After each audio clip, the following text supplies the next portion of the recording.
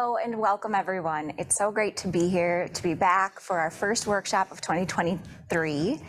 Today we at Alexander and Haberman are honored to present Mike Becker presenting your core retirement decisions. It's the first in our spring speaker series, which also includes Social Security planning and long-term care planning.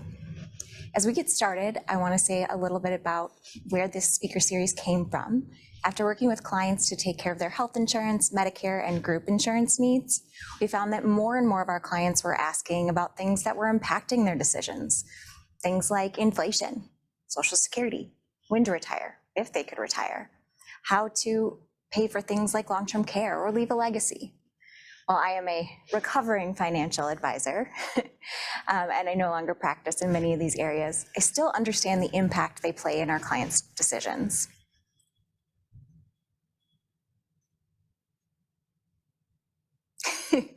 So I want to tell you a little bit about Mike. Mike has been working in the financial services industry for over 20 years. He has his own practice at this point in time, focusing on families and individuals, as well as just helping them grow their basis and their financial understanding. And Mike, I couldn't even say all the accolades he's gotten, but he's very well respected, and we're so glad to have him partnering with us. He also manages 3 children at home with his lovely wife, of course. And so without further ado, I'm going to go ahead and introduce Mike, but I do want to say that for those of you who are able to stick around afterwards, we will be doing some Q&A, so please put your questions in the chat comments, and then we will do those at the end. Thank you so much. Awesome. Thank you, Brittany, for that warm introduction. It's always great to be back, and it's hard to believe this is year 3 of our speaker series. So we've had a lot of fun doing these. I see several names of people who've attended in the past. So welcome back, and welcome to anybody that's new, has a chance to watch today's workshop. And as we do our workshops, we really try to accomplish 3 things. Number 1, we want these to be education-based. Number 2 is we want to motivate you to do something. Hopefully you walk out of here doing one thing with the content you get. And then number 3 is we want to be a resource for you. We want to provide resources where you can walk out of here again and do additional things to improve your situation. Now, as we go through today's content, we are talking about retirement planning. Obviously, what's looming over us is the Secure Act 2.0. Well, we're not really going to talk about Secure Act 2.0, as some of the dust is still settling on how that program and new tax law is going to come through. But as we also go through today's conversation, I'm going to reference old workshops we have or different resources. If there's something that strikes your nerve and you want a copy of it, just go ahead and chat, and we will make sure that we provide you that content after the workshop is done. And as Brittany said, this is the first in our spring speaker series. So today we'll talk about core retirement decisions. So we're very broad with this conversation. We don't go very deep on anything.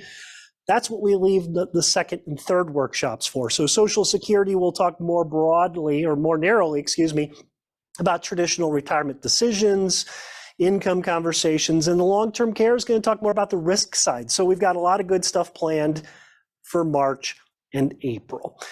From a disclosure perspective, many of you know that I'm not affiliated with the federal government, IRS, or Medicare, or any other governmental agency, nor am I practicing an attorney or CPA providing any tax or legal advice. I'm a local financial advisor that gets to share all the things that I learn back to you, so hopefully you can make some good decisions. And decisions we have as we start to think about retirement, right? So there's tons of things that we have to think about.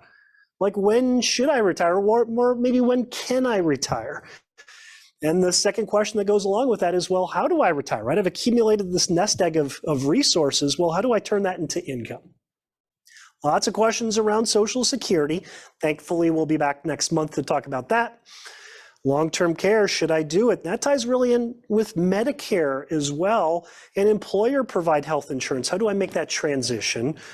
And then, oh, by the way, maybe I have to leave something behind to the kids or to my favorite charity. And then taxes is always a discussion when it comes to retirement. And then the last question is really, what should I be doing? What am I not thinking about?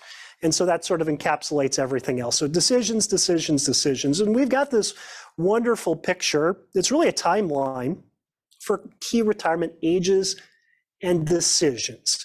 And we'll give you a chance at the end to chat and get this. We have a core retirement packet that includes this nice timeline and a lot of other very useful information. We're going to cover a lot of these ages as we go through today's conversation. And we have to talk about what are some of those concerns, because those of you sitting out there thinking about retirement, we know what those concerns are. And the number one concerns of all retirees or future retirees is, am I going to run out of money?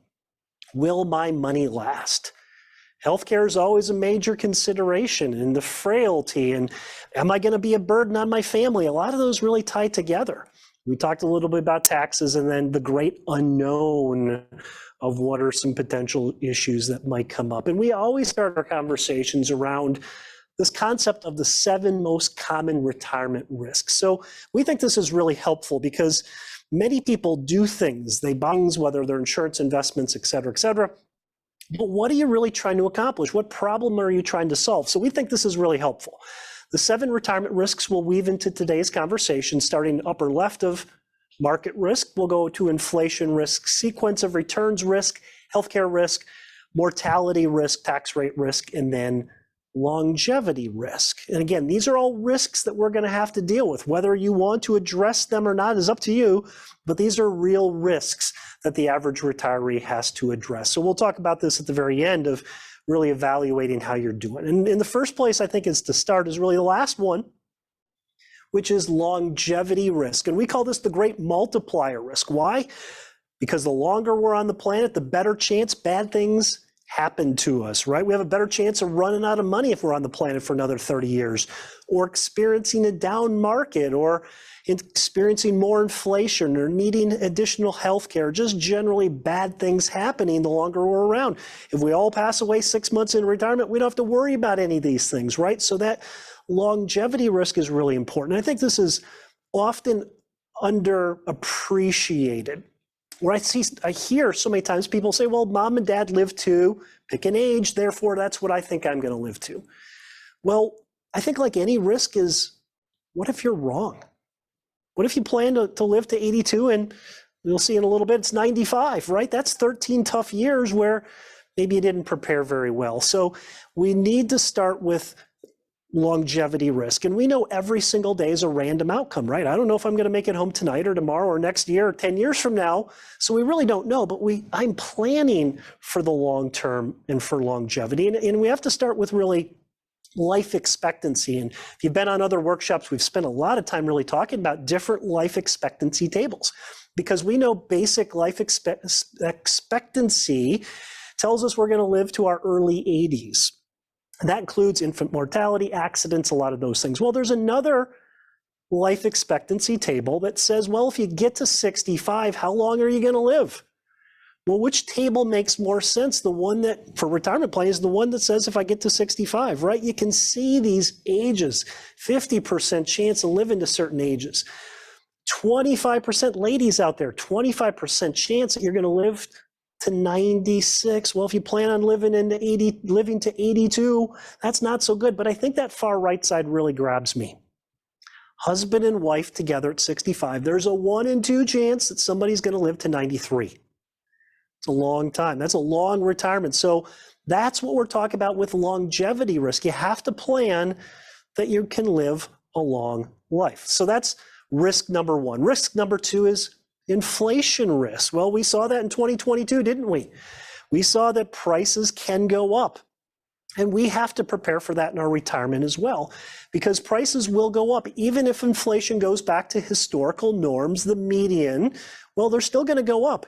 And this is a way to think about it, where today, in the purple bar to the left says, well, $1 20 years from now is going to be like 50 cents. So in other words, we're going to be able to buy 50% or consume 50% of the goods that we do today on the same income. Or maybe another way to look at it is we need double the income 20 years from now to be able to buy the same bill of goods. That's what we call inflation. And how do we outpace inflation? Well, we probably have to be in the market, right? Well, that becomes a real challenge, as we'll talk about. But when we think about inflation, certainly in retirement, we got to think about medications going up, healthcare costs going up, and that healthcare eats into our Social Security check. So again, we need to make sure that our money grows. But now we run into another risk called market risk, right? Markets go up and they go down. And we've all seen markets go down in our lifetime. If we can go back to 2020, the dot-com bubble. 2008 was a scary time in our banking system. Our whole economy was very fragile, and we saw the S&P go down 38%. We saw when COVID hit, within the course of a few weeks, market went down 37%. And then, of course, last year, what happened? 19%. On top of that, bonds were down over 10%. Bonds seem to be the safe and secure, always been. Well, we had no place to hide last year. So that's market risk. Now, why is that a problem? Because if I had $1 million in my account before the year goes down 40%, well, now it's worth $600,000. Now I got to live on that $600,000. That's where sequence of returns risk comes in. Sometimes you've heard it called timings risk. It's really the timing of those distribution. And we've always heard buy low, sell high, right? That's not anything unique or different. But if the market's down, you're forced to sell down, right? So if I'm down and I got to sell more shares. If I sell more shares, that means my pile of money is going to dwindle faster and faster, and a better chance of running out of money. This is a really important issue or risk. And the way that we accumulated money in our lifetime, put money in, let it grow, is not the same way we want to de-accumulate assets. There's different rules in de-accumulation land. So sequence of returns risk. Then we have mortality risk. Well, what's mortality risk? In many cases, going into 65, we're living on two incomes, right? Husband, wife. Well, what might potentially happen where those incomes go down? Well, the few people that still have pensions out there, many of them have a discount when the first spouse dies. Sometimes it's just reduced, sometimes it goes away. Sometimes pensions are called life only and they're gone. We also know Social Security. When one spouse passes away, the smaller of the two Social Securities goes away, the bigger stays, but there's lost income. And then what also happens from a tax perspective, your standard deduction gets cut in half. $27,000 today, now without a spouse, now it's back to maybe $13,000 or $14,000. So there's these several things that come into play when we talk about mortality risk. The other thing we have in red is the split family issue. There's more and more couples that are blended families, spouses coming together. And we have this traditional spouse A passes away, gives everything to spouse B. Spouse B passes away, everything goes to whose kids? Spouse B. Spouse A's kids get nothing. This is where the situation comes in where we have to think about how do we make sure that both families get taken care of. And if I can editorialize, or if I can get on my soapbox for a second, some of you sitting out there are in your 50s or 60s and maybe own some term insurance. And you're thinking, you know what, I'm going to be dropping it soon because the house is paid off, kids are out of the house, whatever your rationale is, I would encourage you to stop and see if it might make sense to convert that to some permanent coverage. Because there's a lot of reasons why, and there's more life insurance sold to people over 65 than under 65 because there's these issues that come up. And we'll cover that a little bit later. So let's go through an actual example of that mortality risk. So we have both living spouses. So we have, let's say the wife is the breadwinner and she's bringing in a pension of $1,500. That pension, by the way, is life only. She passes away, it's gone. Her Social Security is $2,500, husband's is $2,000, the family's got $6,000 of income, and they feel good, they're living okay, no concerns about money. Breadwinner passes away, now what happens? Pension's gone because it was life only. Smaller of the two, which was $2,000, goes away, what's left? $2,500 of guaranteed lifetime income. Is that a difference going from $6,000 to $2,500? That's a substantial difference. So again, this is a risk often overlooked because the house is paid off, the kids are out of school, or whatever the reason was when we originally took out that life insurance policy, it certainly could still provide a solution to a problem.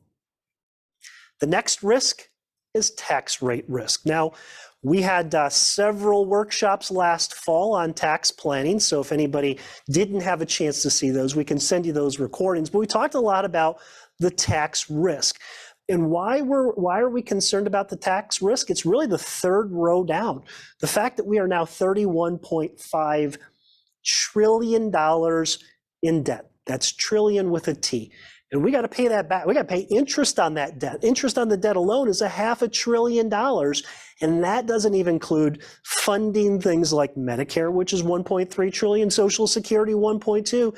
And again, that doesn't even include roads and teachers and public safety and all the things that the government supports. So if we go up to legislative risk, the federal government has to feed this animal, has to pay for this animal. And they're always looking for ways to generate revenue, and revenue in the form of taxes. We're going to talk a little bit about this concept of micro tax versus macro tax. Micro tax is really how we all looked at tax planning in the past. Micro tax planning was, how do I reduce my taxes today?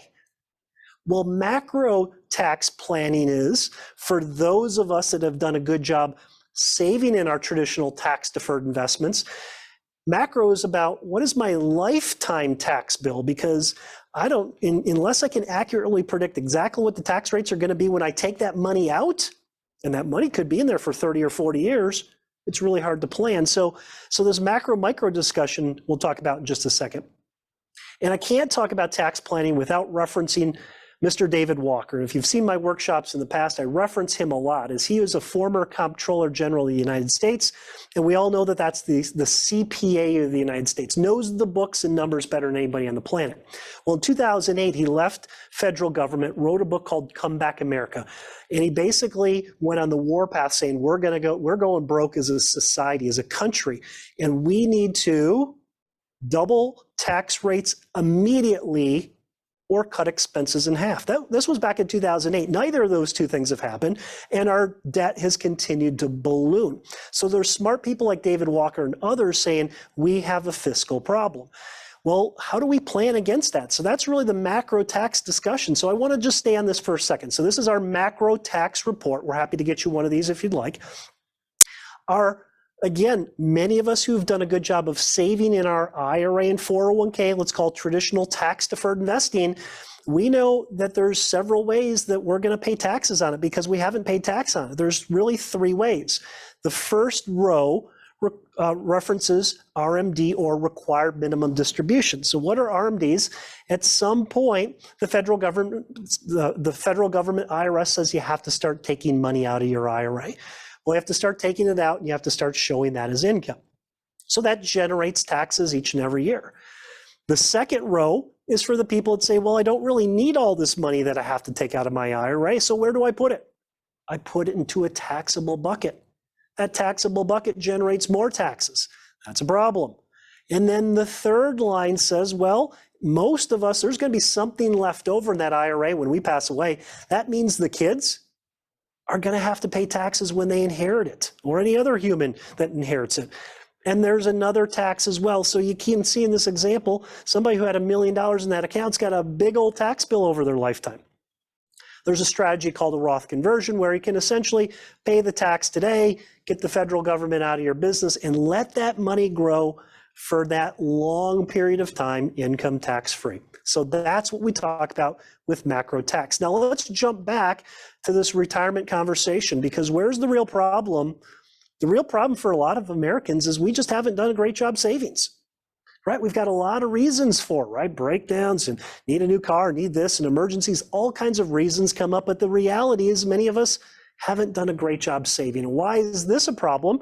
Because the EBRI, which is the Employee Benefit Research Institute, says they expect our generation is going to have $250,000 to $400,000 of lifetime health care expenses. That's a lot of money, especially when we only have $100,000. So this becomes a major problem for the average American. Now, I said we're not going to talk much about Secure 2.0. I just wanted to take a second. For those of you that are still saving money for retirement, understand that 401k contribution limits have gone up. This year, you can now put $22,500 into your 401k. And if you're over 50, you can do a catch-up provision, which is another $7,500. You can put $30,000 in your retirement account. That's a really good deal. In addition to that, your health savings account, you can now put $3,800, just over $3,800 as an individual and just over $7,700 as a family. And there's a catch-up provision there if you're over 55 of another $1,000. So those are some things you should take advantage of if you're a little far behind and you need to start putting money away. These are quick and easy ways, as well as the IRA or Roth IRA. The federal government gave us an extra $500 we can now put into our Roth IRA in 2023. So it's something, take advantage of those. So between your IRA and your 401k, you can put a substantial amount of money away. Okay, so we've talked about 6 of our risks. The last risk I want to talk about is healthcare risk. Other than running out of money, this is probably the biggest anxiety that I hear is how do I deal with healthcare risks? And we really break that down to 2 different kinds of risks, 2 different kinds of healthcare risks. The acute risk, and acute care is hurt or sick going to get better. Chronic risk or chronic care, hurt or sick, not going to get better. So Medicare is really designed to pay for the acute care. It is not designed to pay for our chronic care issues. So Medicare, when do I sign up for Medicare is always a question. So sooner than you think. And I think just like a lot of things, people delay. Now, with Secure Act 2.0 and Social Security over the years, there's a lot of numbers that are floating around. And we'll talk about Social Security here in a second, but Medicare is still age 65. It has nothing to do with Social Security, has nothing to do with the required minimum distributions. 65 is when you're eligible for Medicare. And you want to look at Medicare several months out. And what I will tell you is Medicare has gotten really challenging. Not only do they have traditional Medicare supplements, there's Advantage plans out there, there's prescription drug, Part D, there's dental, there's all kinds of things going on. And like so much of our life and so much of our financial future, it's so critical to have a professional you can talk to. And as you start to get closer to that 65 range, talk to the good folks at Alexander and Haberman. This is what they do, is they help guide and navigate people to making their Medicare decisions. But do not wait until a month or 2 before he turns 65. 6 months out before he turns 65, give him a call, sit down, and take a look at your options, because you really want to start to think about and plan what might happen, because there's a fair amount of penalties that are out there if you don't do it correctly. And putting your head in the sand saying, I didn't know that, doesn't get you anywhere. You might have a lifetime of penalties to deal with, and those penalties don't go away. Part B, Part D, again, those are reasons to make sure that you're talking about Medicare 6 months before you turn 65, regardless of what the plan is at age 65. So that's the acute care. The other piece we talked about was chronic care. What's chronic care? Hurt or sick, not going to get better. And that's typically when you think about long-term care, nursing homes, home care, assisted living facility. Now this slide says, well, before 58 to 64, start looking at long-term care insurance. Now, good thing is in April, we're going to have a conversation about long-term care and long-term care planning and long-term care insurance. There's different kinds of planning that can be done for long-term care. But we are big advocates. I would tell you, if you're in your 50s, start looking at long-term care insurance. See if you can't transfer some of that future risk. And this is one of those risks where a lot of people said it's never going to happen to me. Well, how do we know that? And what's the potential cost if you're wrong? Well, today, semi-private room, nursing home room, $140,000 a year. Now, home care and assisted living isn't quite there, but that's still 50, 60, 70, 80,000. But most of us sitting on the call today aren't anticipating going in long-term care today or tomorrow. It's 10, 15, 20 years from now. What is that going to cost 20 years from now? $250,000, that $250,000 for 1 year. How many people can absorb that and still fund everything that they want for their spouse. How many people's life savings are completely destroyed that can't go to a charity or kids because they're going to a nursing home? This is a really big problem. And when over 50% of those over 65 are going to need some kind of care, let's not put our head in the sand. This is a really important problem, whether we want to think about it or not. It's coming down the pike. Look at this when you're in your 50s, if anybody on the call is in the 50s, because you'll never be healthier and you'll never be younger. 2 reasons to make it more inexpensive. So some of the best decisions you can make is we're talking about core retirement decisions. Hire somebody, get some professional help. Now, when I talk about that, it's legal assistance, it's tax assistance, it's wealth management assistance, it's planning assistance, it's healthcare assistance. It's all of those. So make sure you're tapping into the resources. In many cases, one person can't do it all. So take advantage of the different people who've experienced what you will be going through. That's the value of working with a professional, is they know exactly what's going to happen and they can help you navigate those potential risks. And the risks that we talked about are on our timeline. And so now we're going to do is we're going to talk a little more about our timeline. We started with really the before you're 58, and we're going to continue to talk about some of the things that we should be doing as we prepare for retirement. So the first foundational step in planning for retirement is understanding your spending plan. Now, you've been on other workshops, you know that we don't use the term budget. Budget's too restrictive. People hate that. What we have is we have a plan for how we're going to spend our money. And I have people come to me all the time saying, Mike, can I retire? And I ask 2 questions. How much do you save and how much do you spend? And people can tell me exactly how much they've saved and they have no idea how much they spend. Folks, retirement planning is simply a math problem. If we don't know what that spending plan is, it's really hard to build a retirement income plan. So we're big proponents in 2 categories as you build your spending plan. And we will show you a document that we will make available to you, our spending plan. We have, first and foremost, survival expenses. Think about that as your baseline. Those are your non-negotiables in retirement. Think about that, your food, utilities, groceries, those type of things. Your desired expenses are sort of that next layer up, the things that allow you to enjoy retirement, maybe going out and doing fun things and memberships. You determine what's survival and desired, but get a handle on what those expenses are. We'll talk a little more about that in a few minutes. Explore your Social Security claiming strategies. This is a really big deal. We see literally hundreds of thousands of dollars of difference in claiming strategies. And good news is next month, we're going to have a workshop on Social Security. So we're going to show you how you decide on when you should elect Social Security benefits. Then you should think about what we refer to as guaranteed lifetime income. Guaranteed lifetime income.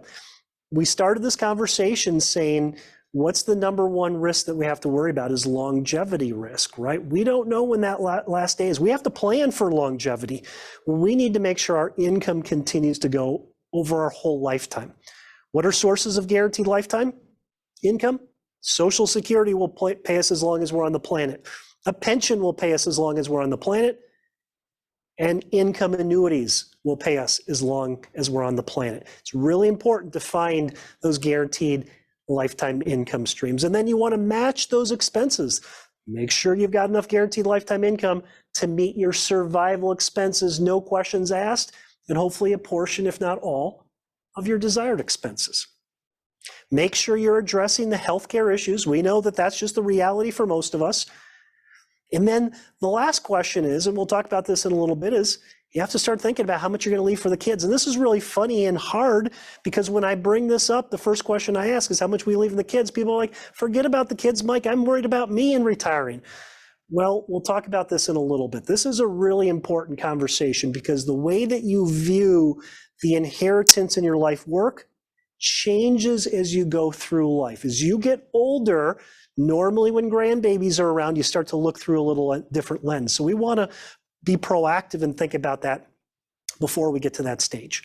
Okay, so let's go ahead and write some of these things down. So these are some topics and things that you want to look at If you're before 58, what are some things that I can be doing now to put myself in a better position? And these are starting out with some real easy, basic kind of things. With the spending plan, right? If you've never done one before, do generation number one. You're going to be terrible at it like anything else that you do the first time, but you'll get better at it the second time, the third time, the 50th time. Start to look at your legal plans. Do you have legal documents in place? Do you have updated provisions? Are your beneficiaries aligned with your legal document? Can't tell you how many times I've seen on beneficiaries ex-spouse, or again, you run into a situation where spouse A's money goes to spouse B's money goes to children of spouse B. Very easy to just overlook beneficiaries, easy thing to do. Number 3, increase your retirement contributions. Force yourself to put more money away. Remember, we can put $30,000 into our retirement account, plus an IRA as well. And then long-term care insurance. The plan is a little later, but see if you can't transfer some of that risk while you're healthy and you're relatively young. So that's under 58. Those are some ideas. Now, 59 and a half is another age. We often think of 59 and a half as the year what we can pull money out of our IRA and 401k without paying penalty. We still pay tax, but that 10% penalty goes away. That's why 59 and a half is important. Then we have full retirement age, FRA. And again, we've got our Social Security workshop set up next month. We're going to tease you with a couple things. This is important to understand what is your FRA, and what is FRA? Think about that as your average or baseline payment. And based on the year you were born, you can look at the chart, tells you when your full retirement age is or your baseline is. From there, this is a really big deal because if you elect early, benefits are reduced permanently, up to 25%. And if we are going to be on the planet a long time, remember longevity risk, this is one area, guaranteed lifetime income, you probably don't want to be 25% reduced.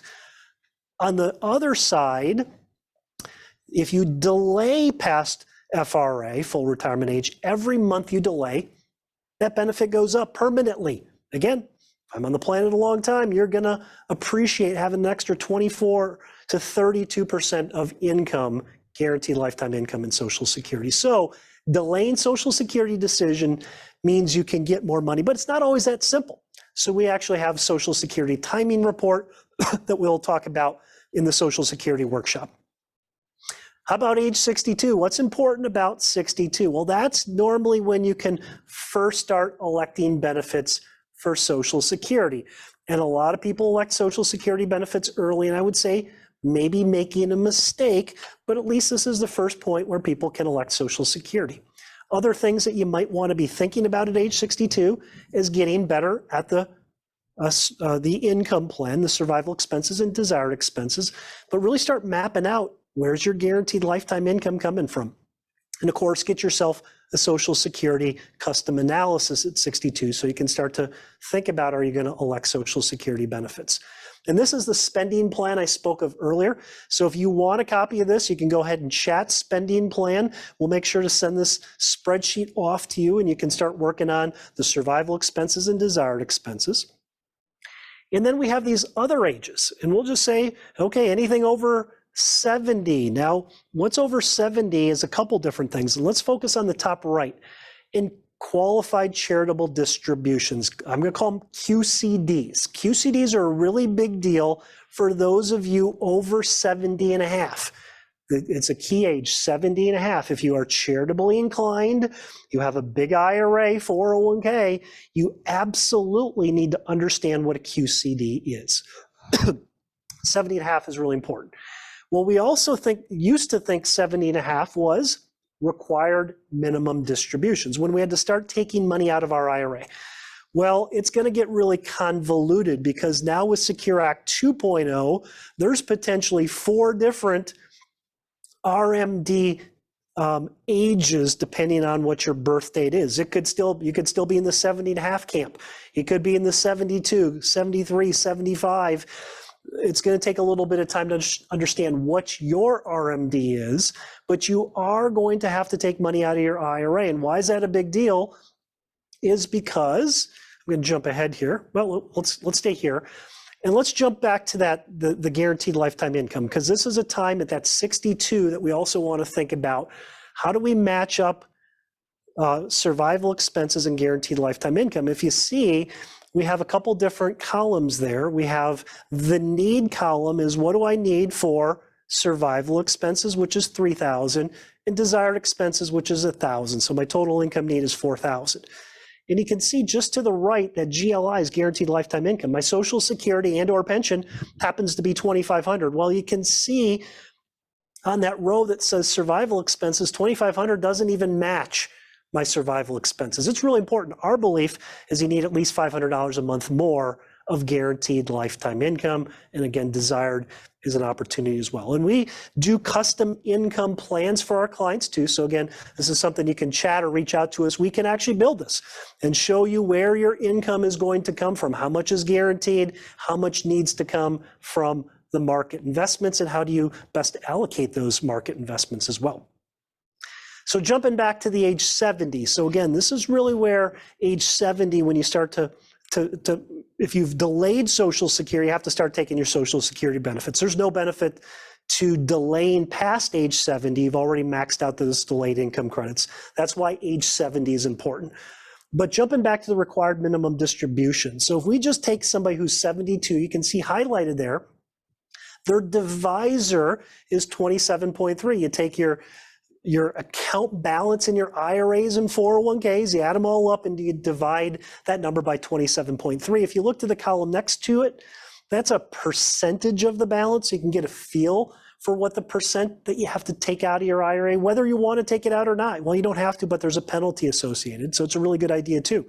So this example shows if you have $1 million in your IRA and 401k, at 72, that divisor is 27.3. That means you need to pull out $36,000. Whether you want to or not, you take that money out. What do you do with that money? You put that on top of all your other income and you pay ordinary income tax. And so what we see for people who've done a good job savings, a lot of times what RMD does is it pushes people into a higher tax bracket, where many of those people said, well, when I retire, I'm going to be in a lower tax bracket. It actually doesn't happen that way for a lot of people who've done a good job saving. It starts to turn into snowball, where all these hidden interactions, we talked about this in our tax workshops last fall, these hidden interactions where your capital gains tax could be higher. You have these forced distributions out of your IRA called required minimum distributions. Your Social Security could get taxed. Medicare payments could be higher, all because you're forced to take a distribution out of your IRA because you've been a great saver. So this becomes a real snowball for a lot of clients. Okay, earlier we talked about the legacy conversation. I said, okay, let's talk about, first question, how much are we going to give to the kids? And this is a really important question, and people, again, don't like to go there because they want to worry about themselves. But for people that have kids and done a good job saving, it's really important to start thinking about that. And I tell people all the time, listen, don't give your kids any money. And they look at me and they say, Mike, what are you talking about? You're fired, right? No, I tell them, well, it's not quite that easy.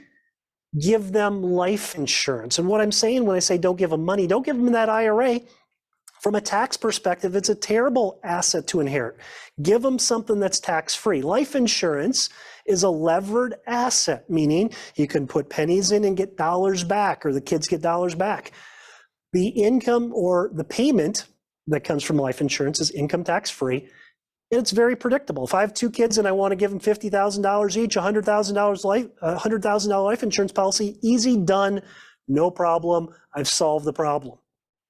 But where I see the real value of owning life insurance at this point is it's a permission slip to spend the rest of your money. Because what I see as people get older, remember in their 70s, they get more sentimental. They say, I've worked my life to accumulate. I want to make sure something goes to the kids. I see a grandkid's path is a little challenging. So the kids have this asset sitting on the side saying, well, we're not going to touch this because we want to leave this for Johnny and Susie. If they own a life insurance policy, they could spend that money and enjoy their retirement a little bit more. So it's a permission slip to spend that money. So as I said earlier, if you're sitting there with term insurance, I'd encourage you to explore the opportunity of making that permanent. And it's a great asset for most people in retirement. So as we're navigating these decisions, there's several things. This is really the strategy that you want to take coming out of today's conversation, is just evaluate how you're doing. Take a look at those 7 retirement risks that we spoke about earlier. Which ones are you doing well? Which ones have you avoided or doing terrible at? Start addressing some of those risks and making sure that you got a plan and a strategy. Build the plan, manage the plan, coordinate it so it fits together. And as we said, we want to be a resource for you. So we have this, I think it's a really nice packet. It's got that great timeline. There's a lot of other nice resources in your core retirement decisions. So this is a nice tool that we're happy to pass along to help you as you think about. There's a copy of the timeline. Planning for retirement. So what are some resources? We said we want to educate, we want to motivate, and we want to provide resources. What are some of those resources? And you can just go ahead and chat if you want any of these. You can just chat the number. That might be the easiest thing. If you want our core retirement packet, just go ahead and chat number 1.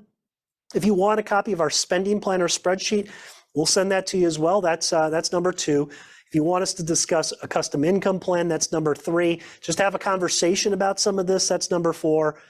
And we also have a recording if you want to listen to this again, if you can't get enough of me, or if you want to send this to somebody else that you think could benefit, by all means, we're happy to pass it on to you as well. So again, you can chat what resource we can provide for you so you can take what you're learning today and again, do something with the information, put yourself in a better position. If you prefer not to chat and you just want to email me directly, feel free to email me directly. You can go ahead and put the number in and we'll make sure that you get those resources in the next couple days as well. As we start to get ready to wrap up and go into questions, I want to remind everybody that this is the first in the series of 3. Next month, we're going to talk about Social Security. We talked about there's a lot of decisions. There's a lot of money out there if you make the right decision for Social Security. So we're going to talk a lot about that. We'll talk about taxes and a lot of things, Social Security and retirement. In April, we're going to talk more about those risks, specifically healthcare, the acute care, the chronic care. We're going to talk about those, not only the insurance component, but planning and conversation with kids as well. And as always in our workshops, you can invite anybody that you want. We're going to do this for 40 people or 400, doesn't really matter to us. As we get ready to go to Q&A, I want to thank everybody that's participated in these calls in the past. We've got tremendous feedback over the years where people say, Mike, I did something because of a topic we discussed. Makes us feel good. It gives us the energy to continue to do those. So please still give us that feedback. But more importantly, I want to congratulate you. There's a lot of people that could be on this call that aren't on this call. There's a lot of people putting their head in the sand saying, kick the can down the road, I'll deal with this later, where you're taking time to learn about this. And I want to congratulate you for doing that, because those of you that are thinking about this, planning, preparing, the future is bright. And that's super exciting. So let's go ahead and we're going to flip over to the question and answer stage here in just a second, but there's my contact information. If anybody needs to reach out to me for any question that we've discussed today or anything else, we'll go ahead and leave the contact information up. Thank you, everybody. Thank you, everyone, for attending Alexander and Haberman's Spring Speaker Series and today's presentation, Core Retirement Decisions. We especially want to thank Mike Becker for doing such an amazing job and giving all of us great information to us. Mike works for Legacy Financial Partners. We also want to thank Aaron for running today's technology with assistance, of course, from Caleb. Thank Joshua, Zena, Christian, Jackie, Nicole, Beth, our whole team at Alexander and Haberman. To suggest a topic for future workshops or to interact with any of our hosts or guests, please email workshops@mnhealthagents.com. Don't forget to like and subscribe to our YouTube channel to get the latest content. Alexander and Haberman is a specialty firm focused on assisting with Medicare Advantage, Supplement, and Part D plans, as well as individual and family health insurance on and off exchange, and other benefits including health, dental, and vision. Thank you again, and those of you who need to go, you are more than welcome to, but those of you who have questions or want to stick around for the Q&A, I am lucky to have Mike here with me, and we can get started. So thank you again, first of all. My pleasure. So It's glad to have always you a lot of back. Good to be here, Brittany. Thank you. We got some good questions so far. Oh boy. I know. So you mentioned life insurance a few times. Someone who has currently a whole life policy was thinking about taking the cash and dropping it. Should they think differently? That's a good question, and all questions are it depends, right? But I think the point to today's conversation is life insurance can be a wonderful asset in retirement, where a lot of us, again, we think about mortgages paid for, kids are out of the house. It really could be a great fit. So you really want to take a look at the total plan to say, well, what are you going to do with the cash? Was the cash part of the plan, or you just said, okay, I don't really need the life insurance? Because the life insurance can be a great tool to take care of the pension that's lost, right? Brittany, we talked about with the Social Security going away, that can be a great asset to fill in that gap. It can be a tremendous asset to be able to leave to the kids, grandkids, or charity.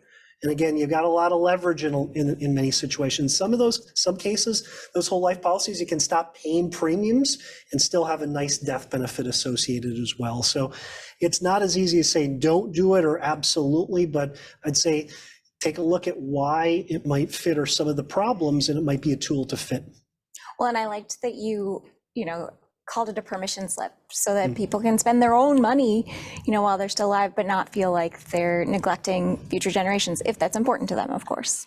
100%. So, guaranteed lifelong income was mentioned several times as well. Can you tell us again how we can get more guaranteed lifelong income?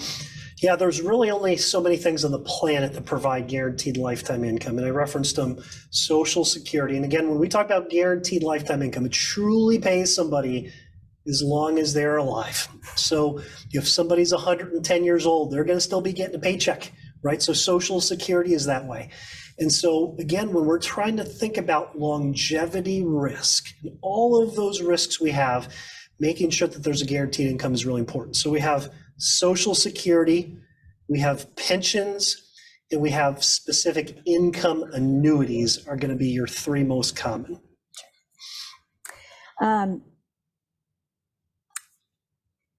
So one person was asking, the market is still down.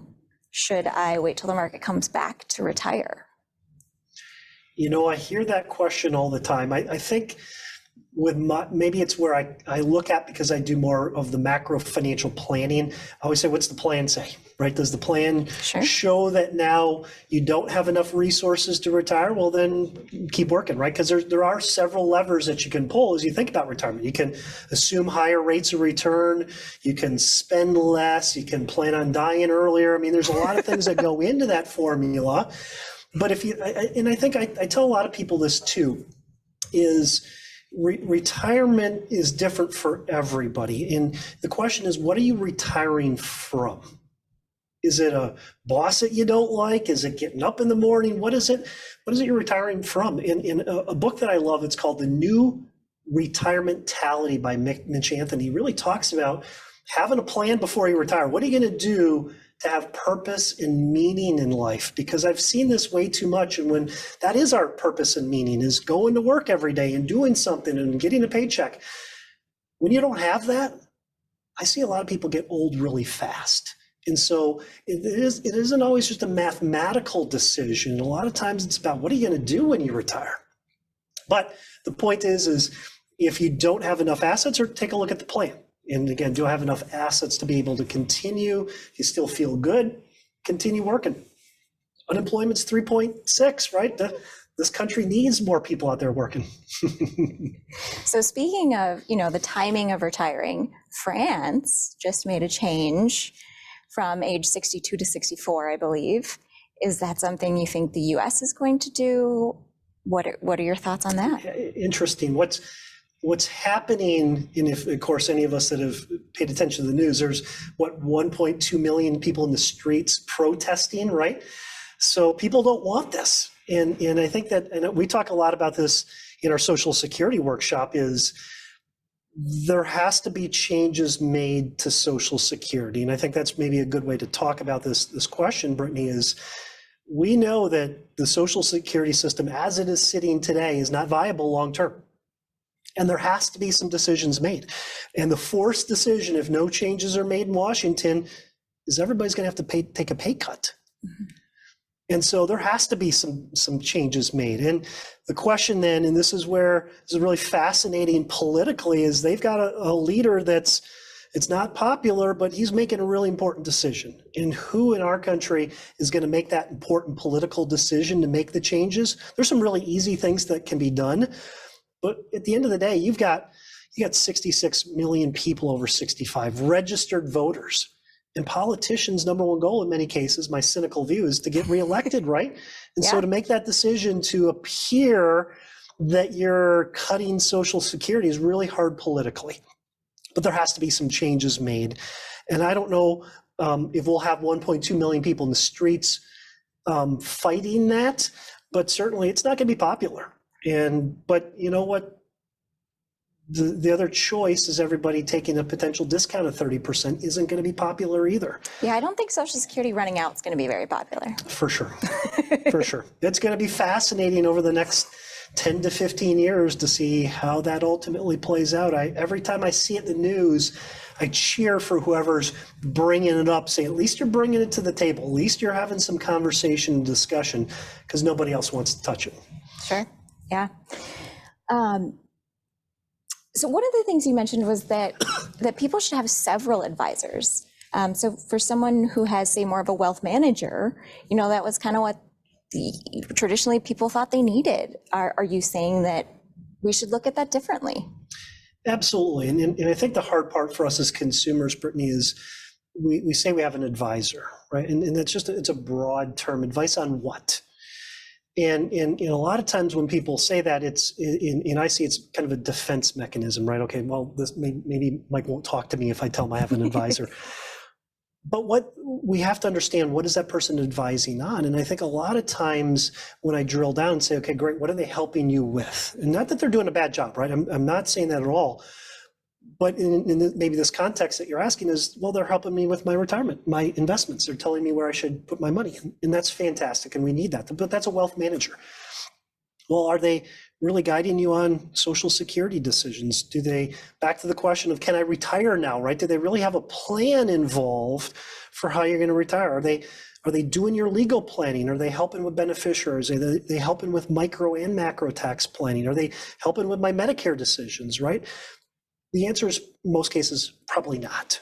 And hopefully maybe it's one person that might be the point person that has resources that they can bring in these other experts. Because we talked about Medicare, and I'm sure there'll be Medicare questions. And you know this better than I, Brittany, is it's become really challenging, right? 15 years ago, it wasn't rocket science. Today, it's really hard. And to have somebody that's what they do is health insurance and Medicare is a real benefit. And somebody who practices broadly isn't going to bring the same value that a niche organization like you guys bring. Sure, absolutely. Yeah. There's a lot of options out there, and it's nice when you can help someone understand and narrow those down. For sure. Someone actually was asking, with regards to Medicare, how to or when should someone start looking at enrolling in Medicare? Well, I'm going to flip that back to I was going to say, maybe I should just field this one. But I was just having this conversation with somebody else that works at this organization last week, and he said somebody was a month out, and he said, there's no way we can get this thing done in time. He's like, I wish people would know 2 to 3 months in advance, but I'm going to flip it back to you, because the point, I think, is, remember, this is the governmental system, right? There's hundreds of millions of accounts. And to think that you can go in and flip the switch and tomorrow that light is on, it's not reality. So I think, you can speak to this, but I think well before you think you should, probably. Absolutely, yes. So technically, there's certain things we can do a year in advance, 6 months in advance, but it's really 3 months prior to the month you turn 65 that, switches are turned on, you can actually start taking action, that kind of thing. And it'll be a little different for those who are already taking Social Security income than those who are not, just because of, automatically being enrolled. And it's going to be different, obviously, for those who are still working and have insurance through their employer. But we recommend, touching base with us or your agent 3 to 6 months prior to the month you turn 65 at least, to make sure that you know the steps and you're not, waiting on the government with, a few days to go kind of thing to get the things you need so that you can get enrolled. And to that topic, I think it's back to the plan, is if you're building your spending plan, you should know what those expenses are. So if it's a year or two out, to have some kind of an idea of what is a Medicare costing me, and again, income's part of that, and what's my supplement or my Advantage plan and Part D and all of that. If you're building a plan, you should know that more than 3 months out too. Agreed, absolutely, yeah. And we're always happy to talk a year or two in advance, just knowing that we can only talk about the current, rates that we have, but it still gives people a great context. For sure. Absolutely. So someone asked about, to this point, they had mostly funded retirement through their 401k using pre-tax money. Is it should they consider doing more into a Roth? Yes.